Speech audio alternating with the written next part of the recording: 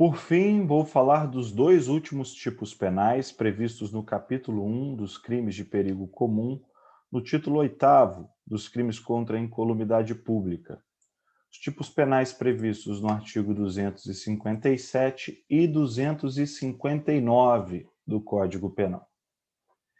Iniciando pelo artigo 257, a gente vai encontrar o tipo penal que trata da subtração, ocultação ou inutilização de material de salvamento.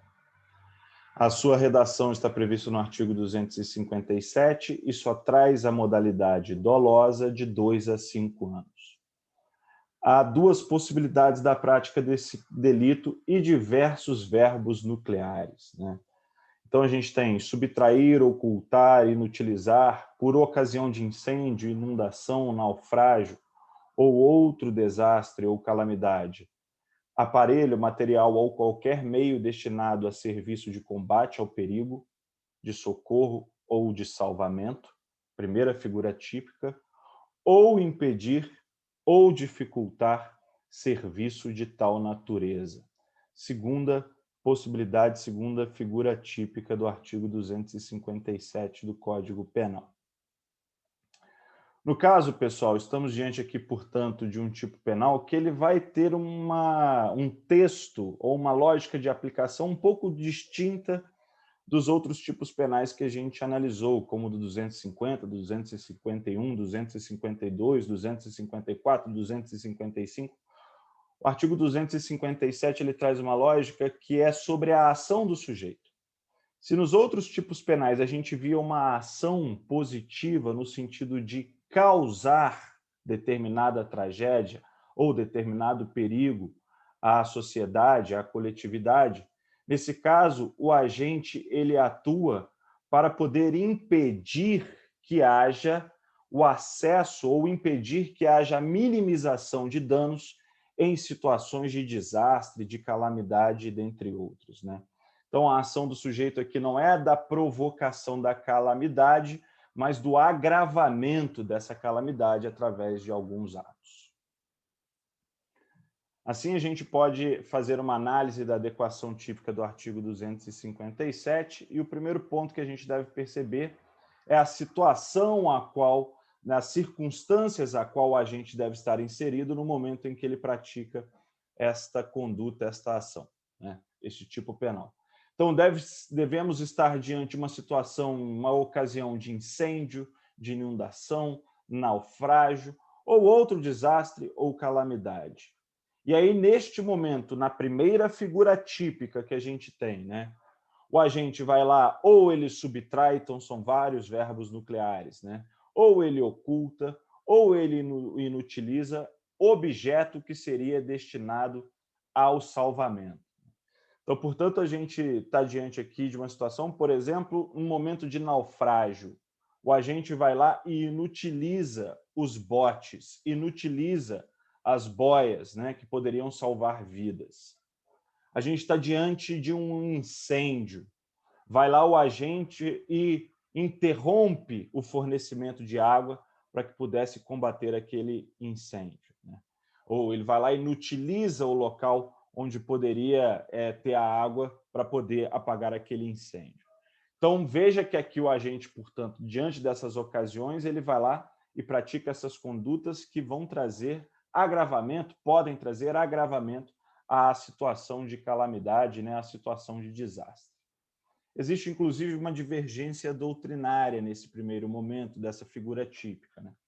Para alguns doutrinadores, como Magalhães, essa primeira figura ela trabalha não com um crime de perigo concreto, né?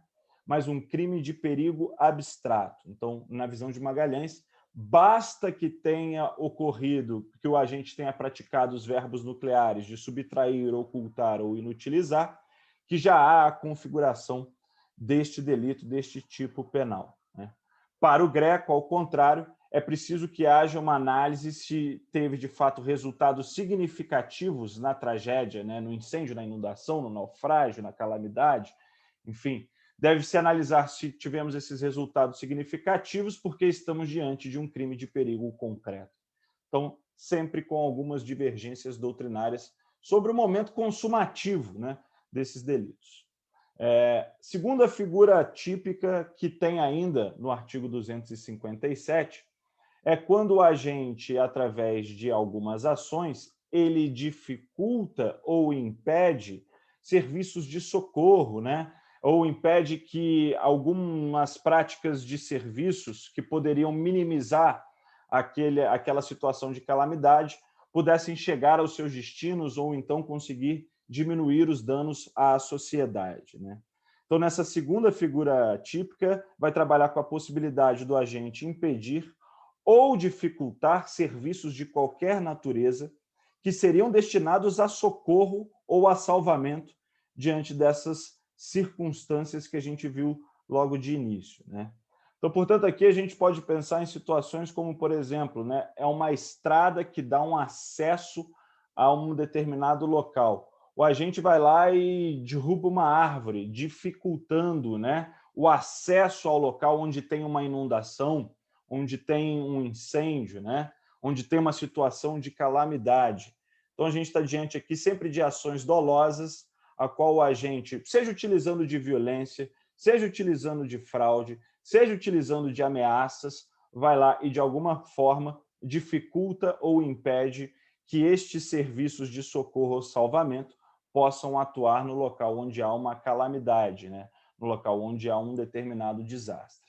Inclusive, para Nelson Hungria, se o agente ele provocou a calamidade e depois praticou uma dessas condutas, dificultou, impediu o serviço de socorro ou salvamento, o agente ele tem que responder em concursos de crime.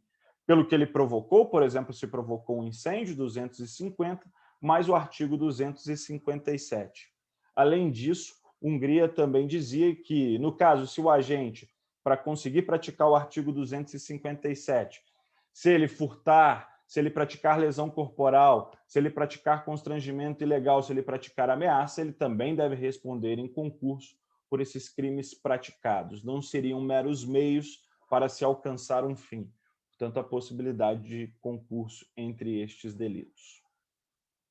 Então, como vimos, o tipo subjetivo é apenas da modalidade dolosa e, portanto, se só tem a modalidade dolosa, só é possível aplicar o artigo 258 na sua primeira parte, que são as hipóteses exclusivamente préter-dolosas, né? É quando a gente pratica um crime dolosamente e aí ocorre uma lesão corporal grave culposa ou a morte de alguém culposamente. Somente nessa hipótese. Nas outras hipóteses não é aplicável, porque não tem a modalidade culposa. Um debate sobre esse tema que tem ocorrido contemporaneamente, é difícil encontrar decisões precedentes sobre esse artigo, né? Pelo menos eu não consegui localizar mais facilmente, mas um debate que tem ocorrido nesse momento é que a Associação de Juízes para a Democracia, a AJD, ela protocolou junto à Procuradoria-Geral da República uma representação para que o presidente da República respondesse um processo e uma denúncia junto ao Tribunal, junto ao Supremo Tribunal Federal. E aí, nessa representação que foi protocolada junto à Procuradoria-Geral da República, um dos tipos penais a qual a Associação de Juízes para a Democracia ela tipificou foi a do artigo 257, entendendo que algumas ações do presidente impediram ou dificultaram o socorro ou salvamento diante da situação de calamidade da Covid-19. Então, fica aqui também essa sugestão de pesquisa sobre esse tema. Por último, o artigo 259 do Código Penal, ele trabalha com a difusão de doença ou praga, né? Embora ele tenha sido revogado tacitamente em grande parte, vale perceber que o artigo 259 no caput vai trabalhar com essa hipótese de alguém conseguir difundir uma doença ou praga que cause dano à floresta, plantação ou animais de utilidade doméstica, né? Então, a gente está falando aqui de agropecuária, de todas essas possibilidades, né? Pena reclusão de 2 a 5 anos e multa. Modalidade culposa, a modalidade culposa, e a ela a gente deve atenção. No caso de culpa, a pena de detenção de 1 a 6 meses ou multa. Vamos ver por que a gente precisa de atenção na modalidade culposa. Então, portanto, aqui também o bem jurídico tutelado desse tipo penal é a incolumidade pública, e, portanto, aqui em particular o resultado provocado através de propagação de doenças ou pragas que possam causar danos a florestas, plantações e animais de utilidades econômicas, né? E, nesse caso, portanto, estamos diante de uma situação sempre de perigo. Então, a exposição ao perigo sendo detectado que houve, de fato, este perigo, então o dano ele acaba sendo irrelevante, já haveria a possibilidade dessa adequação típica. Entretanto, a doutrina entende, de maneira até consoante, que este artigo 259 ele foi revogado tacitamente, quase em sua totalidade, pelo artigo 61 da Lei 9.605, de 1998, que é a lei que trata sobre os crimes ambientais, né? E lá tem, no artigo 61, a previsão que diz, né, disseminar doença ou praga ou espécie que possam causar danos à agricultura, à pecuária, à fauna, à flora ou aos ecossistemas, reclusão de 1 a 4 anos e multa. Então, nesse sentido, a doutrina entende que este tipo penal substituiu o artigo 259, exceto quanto à modalidade culposa, já que o artigo 61 da Lei de Crimes Ambientais não tem uma modalidade culposa, entende-se que ainda é possível a aplicação desse tipo penal na sua modalidade culposa prevista no parágrafo único. Então, portanto, se difundir doença ou praga que possa causar dano à floresta ou plantação ou animais de utilidade econômica, culposamente através de imprudência, imperícia ou negligência, há ainda a possibilidade, pelo menos é o que a compreensão majoritária, detesto essa expressão, mas uma compreensão majoritária da doutrina traz, né, nos seus registros. Aqui só um precedente judicial. O julgamento é de 1997, portanto é anterior à lei de 1998, então por isso um precedente judicial com a aplicação do artigo 259, somente a título de curiosidade.